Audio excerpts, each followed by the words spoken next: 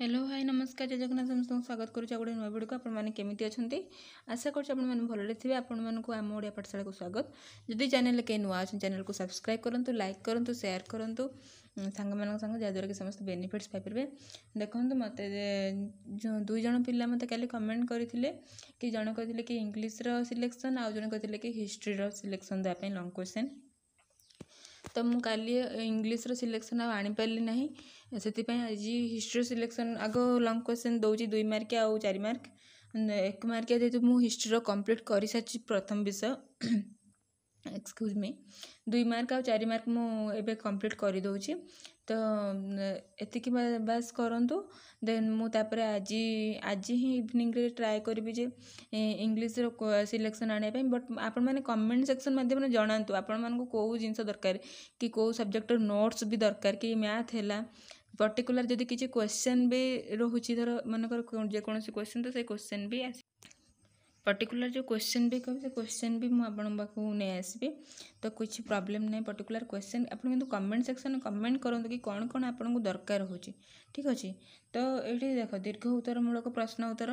संक्षिप्त उत्तरमूलक 2 mark 4 mark side लिखि दिखाई 2 मार्क 4 मार्क केतटा क्वेश्चन अच्छी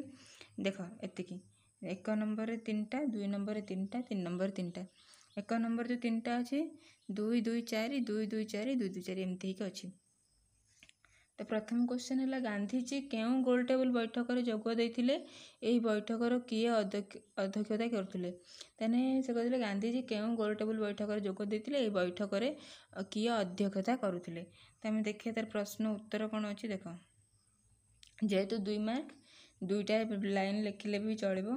गांधीजी द्वितीय गोल टेबल बैठक में जोग देते यही बैठक में इंग्लैंडर प्रधानमंत्री रामेश मैकडोनाल्ड अध्यक्षता करुले ताने प्रथम क्वेश्चन आंसर मिलगला ता देखिए 1 नंबर खरे कौन अच्छी खान अब्दुल गफर खान केउठार आईन अमान्य आंदोलन नेतृत्व नहीं से केउ नाम परिचित ताले से केउठार आईन अमान्य आंदोलन नेतृत्व नहीं से केउ नाम परिचित मनकर देख मन रख गोटे जिनस कि क्वेश्चन दूची तापर आंसर दूची तो तुम जब स्क्रीनशॉट मार कथा मार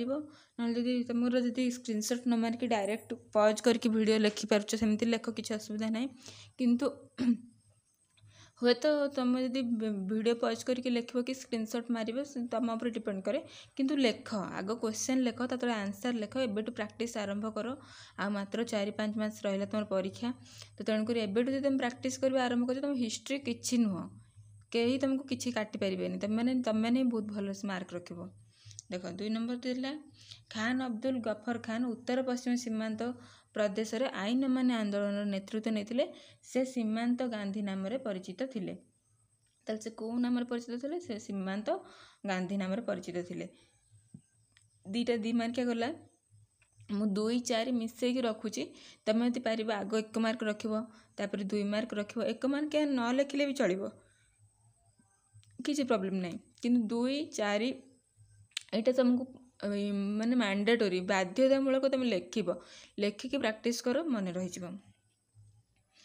1 नंबर ग कौन थी क्वेश्चन देखिए खिलाफत आंदोलन कौन यह भारत में किपरि अग्रगति करथिला तो खिलाफत आंदोलन कौन देखिए प्रथम विश्वयुद्ध रे विजयी इंग्रेज माने तुर्की को पराजित करी तुर्की साम्राज्य को खंड विखंडित करदेले एहार प्रतिवाद रे तुर्कीर सुल्तान तथा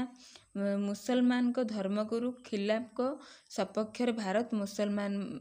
भारतर मुसलमान माने इंग्रेज शासन विरोध में जो आंदोलन करते खिलाफत आंदोलन कहते खिलाफत आंदोलन कौन जापर देखिए आम कौन जेहेतु गोटे 4 मार्क क्वेश्चन से भाया लिखा पड़ो मोहम्मद अली शौकत अली और मौलाना अब्दुल कलाम आजाद को नेतृत्व में यह मुसलमान गण आंदोलन में परिणत होता 1919 नवेम्बर रे गांधीजी निखिल भारत खिलाफत सम्मेलन सभापति भाव निर्वाचित हेले महात्मा गांधी यह खिलाफत आंदोलन प्रति समर्थन जणाइले मुस्लिम मानू हिंदू मान सहित एकत्रित कर आंदोलन को गांधीजी एक जातीय आंदोलन रूप परिणत कले मुस्लिम लीग और भारतीय जातीय कांग्रेस खिलाफत आंदोलन को समर्थन करथिले तो एतिकी बास लिखा पड़ो देख केते भल से लिखाई आ मन रख ସବୁବେଳେ ପାଇଁ ଲଙ୍ଗ क्वेश्चन पॉइंट देके लिखिबो ठीक अछि। तापर देखिए 2 नंबर क रे कोन अछि 2 नंबर क टा होची 2 मार्कियाटे विनोबा भावे केबे ओ केउठी तांको सत्याग्रह आरंभ करते तेन विनोबा भावे से जने व्यक्ति थिले से केबे आ केउठी तांको सत्याग्रह आरंभ करथिले देखिया विनोबा भावे 1940 अक्टोबर 17 रे पानूर उठारे सत्याग्रह आरंभ करथिले मन रहिला 1940 अक्टोबर 17 रे पानूर ठारे सत्याग्रह आरंभ करथिले। तापर दिए 2 नंबर ख भारत छाड़ प्रस्ताव गृहीत होया परे देखो एटा 2 नंबर ख भारत छाड़ प्रस्ताव गृहीत होया परे गांधीजी केबे गिरफ हेले एवं तांको केउठारे बंदी करी रखा गला तो देखिबा गांधीजी देखो एटा खटा गांधीजी 1942 मसीहा अगस्त 9 रे गिरफ हेले एवं तांको पुणेर आगा खां प्रसाद रे बंदी करी रखा गला ठीक अछि। तापर 2 नंबर ग इंचुड़ी लवण सत्याग्रह संपर्क रे वर्णना कर तेने इंचुड़ी लवण सत्याग्रह विषय वर्णना करिवे देखो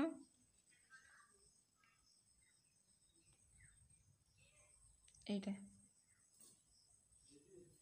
गुजरात दांडी परे ओडिशार इंचुड़ी लवण सत्याग्रह समग्र भाव में द्वितीय स्थान अधिकार करिथिला। गांधीजी जो दिन दांडी ठारे लवण आईन भंग करथिले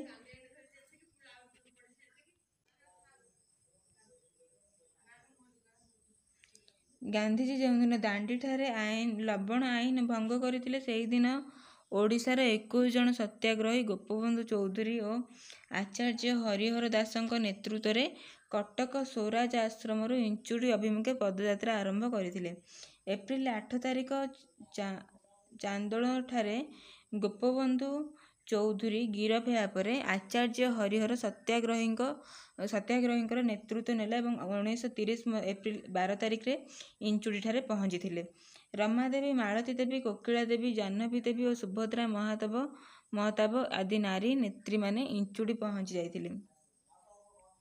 एप्रिल 13 तारिख रे आचार्य हरिहर लवण आईन भंग करी लुण प्रस्तुत कले से एवं तांको 7 जन कर्मी इंग्रेज सरकार द्वारा गिरफ हेले। एप्रिल 20 रे रमादेवी और मालती देवी नेतृत्व बहु नारी लवण आईन भंग कले। तो यहाँ होची थिला कोन इंचुड़ी लवण सत्याग्रह केमिति सब भारत सब केमिति कोन हेतिला के सब नेतृत्व प्रदान करथिले का द्वारा हेई परिथिला ए सब जिंस अछि। तापर देखिए 3 नंबर क रे कोन अछि सुभाष चंद्र बोस काहेकि कांग्रेस त्याग करथिले से केउ राजनैतिक दल गठन करथिले।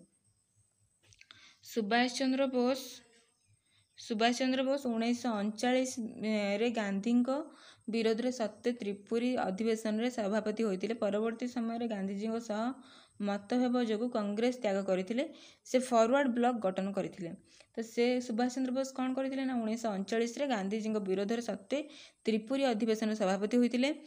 परवर्ती समय रे गांधीजी सह मतभेद जोगु कांग्रेस त्याग करथिले से फॉरवर्ड ब्लॉक गठन करथिले ठीक अछि। 3 नंबर ख रे कोन अछि देखिया किए कटक ठारे हितकारी